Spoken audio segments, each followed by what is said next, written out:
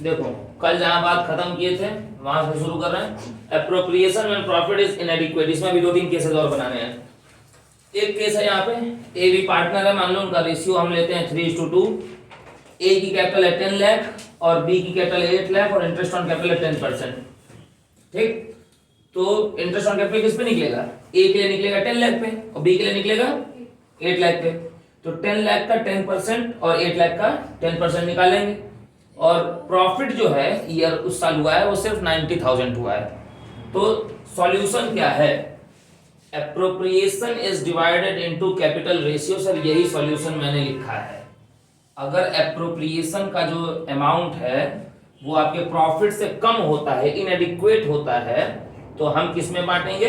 Capital ratio में। बस यही सॉल्यूशन है, यही बात याद रखनी है।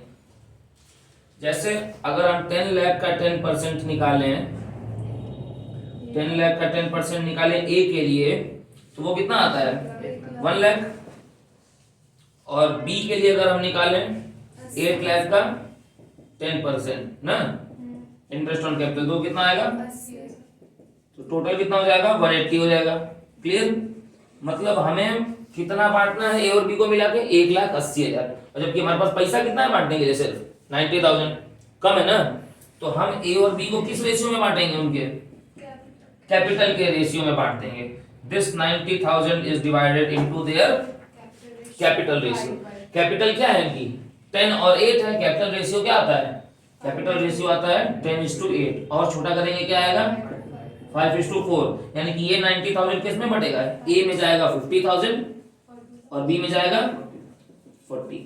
ए को जहां 1 लाख मिलना चाहिए था वहां ए पाएगा 50, बी को जहां 80 मिलना चाहिए था वहां बी पाएगा 40। किस रेशियो में सर? उनके कैपिटल रेशियो में। ये एक बात हो गई। इसी में क्वेश्चन में हम थोड़ा सा बदलाव करते हैं। ए की कैपिटल 10 लाख रहने देते हैं और बी की कैपिटल जो है वो हम हटा देते हैं और बी को हम कुछ और देते हैं। बी को हम देते हैं सैलरी। ठीक है, और बी की सैलरी हम कर देते हैं, बी सैलरी जो हम कर देते हैं वो हम कितनी कर देते हैं? 60,000। ठीक है, और प्रॉफिट जो है वो हम कर देते हैं 80। ठीक, तब सॉल्यूशन क्या हो जाएगा? Appropriation is divided into capital ratio की जगह तब सॉल्यूशन क्या हो जाएगा?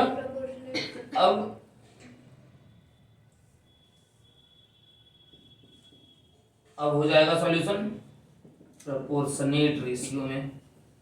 ठीक है, चेक करते हैं, हो सकता है हम अपने मन से अमाउंट ले रहे हैं तो कुछ पूछ नहीं चाहे। देखते हैं ए को कितना देना है सर? 10 लाख का 10%। ए को इंटरेस्ट ऑन कैपिटल देना है और बी को इंटरेस्ट ऑन कैपिटल नहीं देना है। बी को क्या देना है? सैलरी। तो ए को इंटरेस्ट ऑन कैपिटल देना है, मतलब ए को ओवरऑल देना है 1 लाख और बी को देना है 60,000। तो टोटल अगर हम देखें तो कितना हो रहा है? 160। जबकि हमारे पास इन हैंड पैसा कितना है? 80। तो 1 लाख और 60 का रेशियो क्या हो रहा है? 10:6। और छोटा करो क्या हो रहा है? 5:3। और अब हमारे पास है कितना अमाउंट? 80,000 ना। तो ए कितना पाएगा?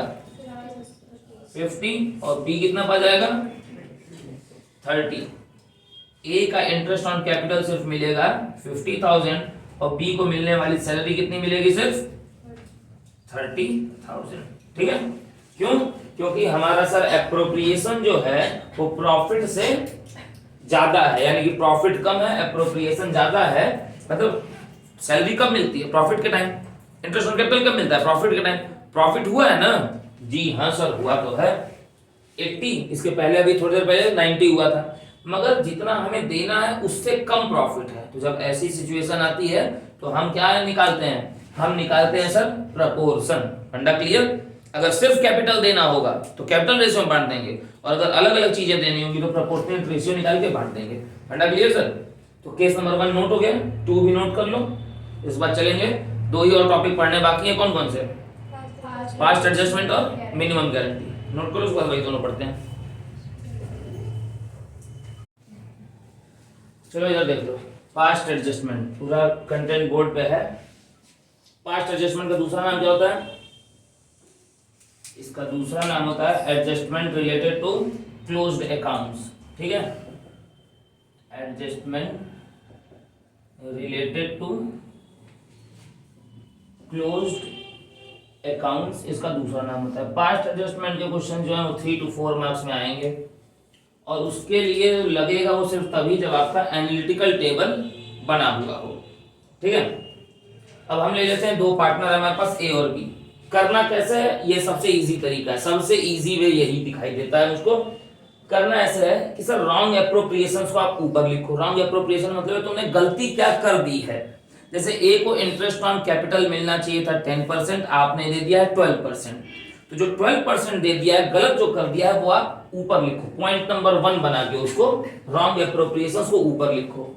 लाइक आपने 12% ए को दे दिया है और 12% ही बी को दे दिया है, तो जो गलत कर दिया है वो ऊपर, और उसका टोटल वाला फिगर जोड़ के ए का जितना आया बी का जितना आया दोनों को ऐड करके टोटल उसके बगल में, ठीक।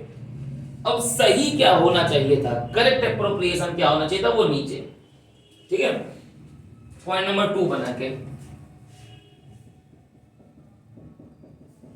ठीक। करेक्ट एप्रोप्रिएशन आपके नीचे आ गया। अब उसके बाद करना क्या है, उसके बाद यहां ये वाली चीज फॉलो करनी है। इफ 1 - 2 ए का ये माइनस ये, नेविगेशन बोर्ड पे देखते रहना, दिस माइनस दिस, ए में ही अगर 1 - 2 करते हो और रिजल्ट पॉजिटिव आता है, ए का ये वाला जो पैसा है वो माइनस ये वाला पैसा, अगर यहाँ ये वाला रिजल्ट पॉजिटिव आया, मान लो कि ये पैसा है 20,000 और ये 15,000 है, तो 20 - 15 रिजल्ट क्या आएगा, +5 आएगा। अगर रिजल्ट पॉजिटिव आया तो ए की कैपिटल क्या होने वाली है, डेबिट होने वाली है, कैपिटल या करंट अकाउंट सिचुएशन के हिसाब से, ठीक। 1 - 2 किए, बी का है ऊपर अमाउंट 15 है, नीचे अमाउंट 20 है, 15 - 20 क्या आएगा, -5। नीचे वाला जो फिगर है, जो कंक्लूजन वाला फिगर है, अगर वो नेगेटिव आएगा तो बी की कैपिटल अकाउंट या बी का करंट अकाउंट क्या होने वाला है, डेबिट होने वाला है, ठीक, सॉरी क्रेडिट होने वाला है। बस पार्टनर्स कैपिटल या पार्टनर करंट, अगर 1 - 2 करने पे पॉजिटिव तो आपको कैपिटल अकाउंट क्या करनी है, डेबिट। 1 - 2 ये माइनस है, 1 - 2 करने पे अगर आंसर नेगेटिव आता है तो आपको क्या करना है, क्रेडिट कर लेना है। और एक बात हमेशा ध्यान रखनी है, अगर एक पार्टनर हो, 2 पार्टनर हो, 3 पार्टनर हो, 4 पार्टनर हो, total of debit is equal to total of credit होना चाहिए। मतलब 3 पार्टनर है, फॉर एग्जांपल यहाँ पे ए बी सी 3 पार्टनर है, ए का आता है पॉजिटिव आता है ए का 10,000 और बी और सी का, अगर ए का पॉजिटिव जो है वो 10,000 आता है, ठीक है, बी का ए का पॉजिटिव डिफरेंस 10,000 आता है, तो बी और सी का निगेटिव मिला के कितना आना चाहिए, बी और सी का, इसका मतलब निगेटिव मिला के कितना होना चाहिए, वो भी मिला के दोनों का 10 ही होना चाहिए, दोनों का मिला के। फंडा क्लियर।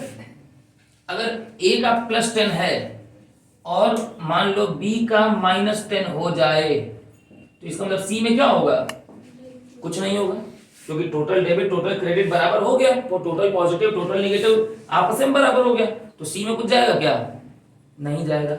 बस यही बात याद रखनी है, पास्ट एडजस्टमेंट लग जाएगा, इसको नोट कर लो।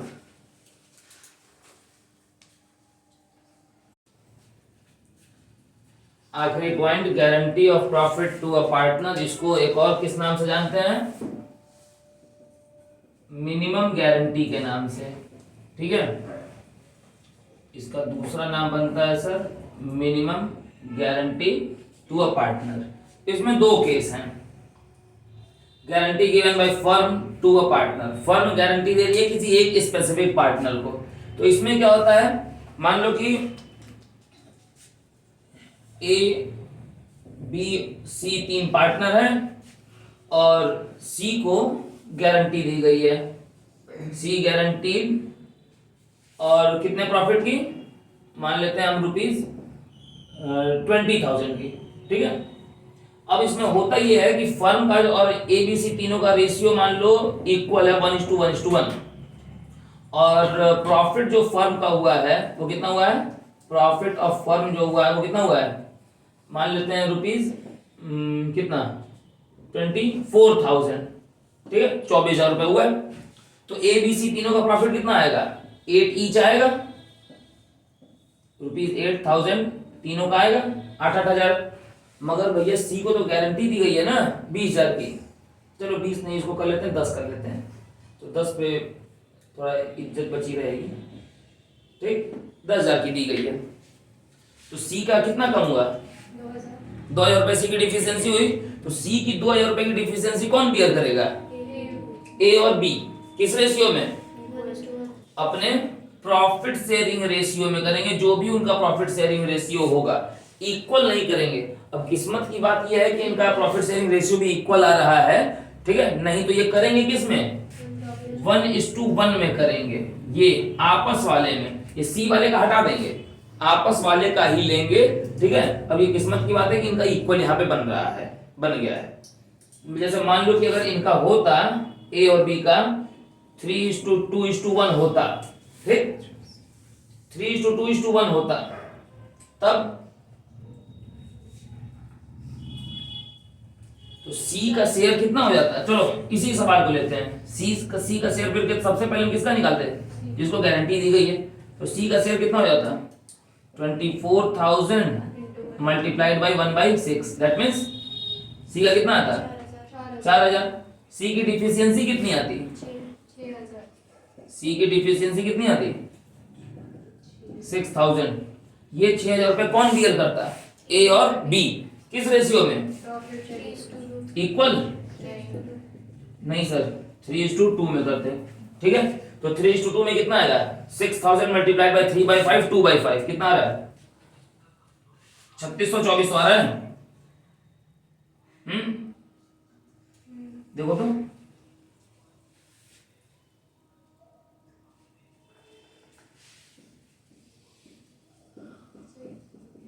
3600-2400 आ रहा है। ये ए और बी अपने में से उतना देते हैं।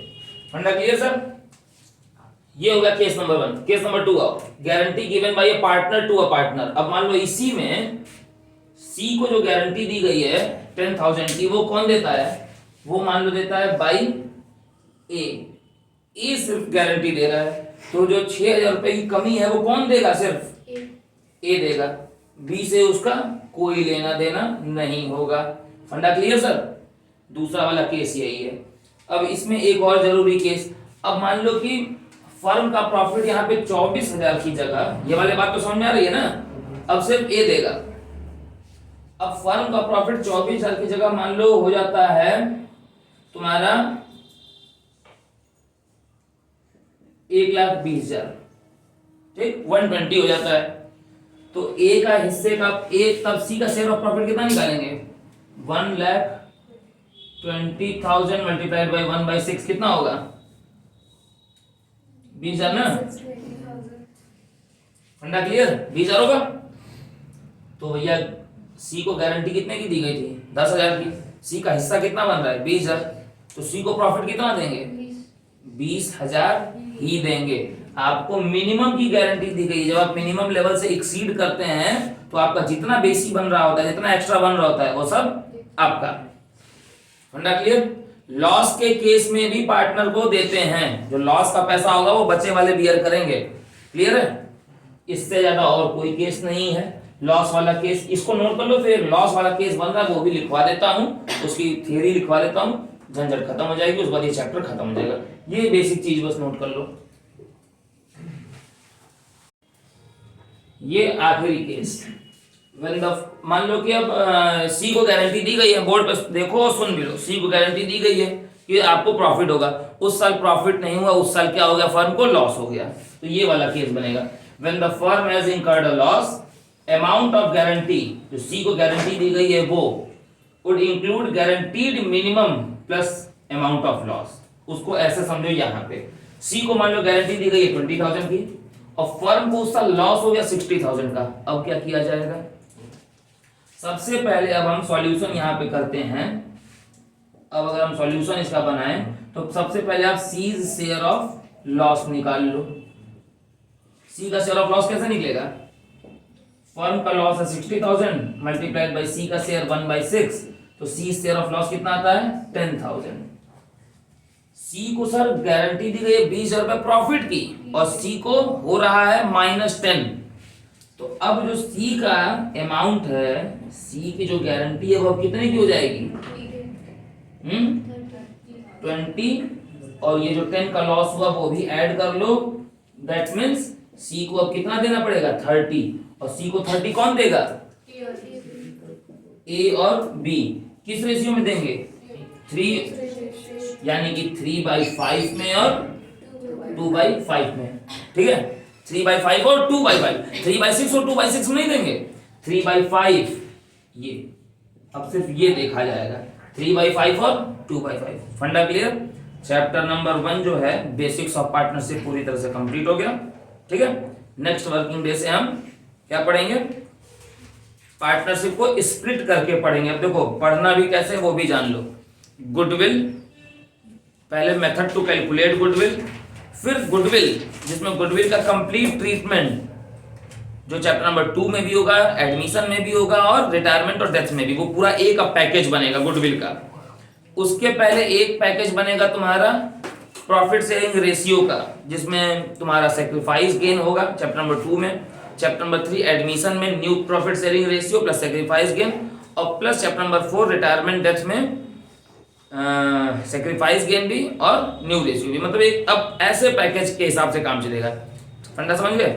चैप्टर नंबर 1 खत्म, हमारी आपकी बातचीत यहीं पे हो जाएगी अब खत्म। ठीक है, चलो।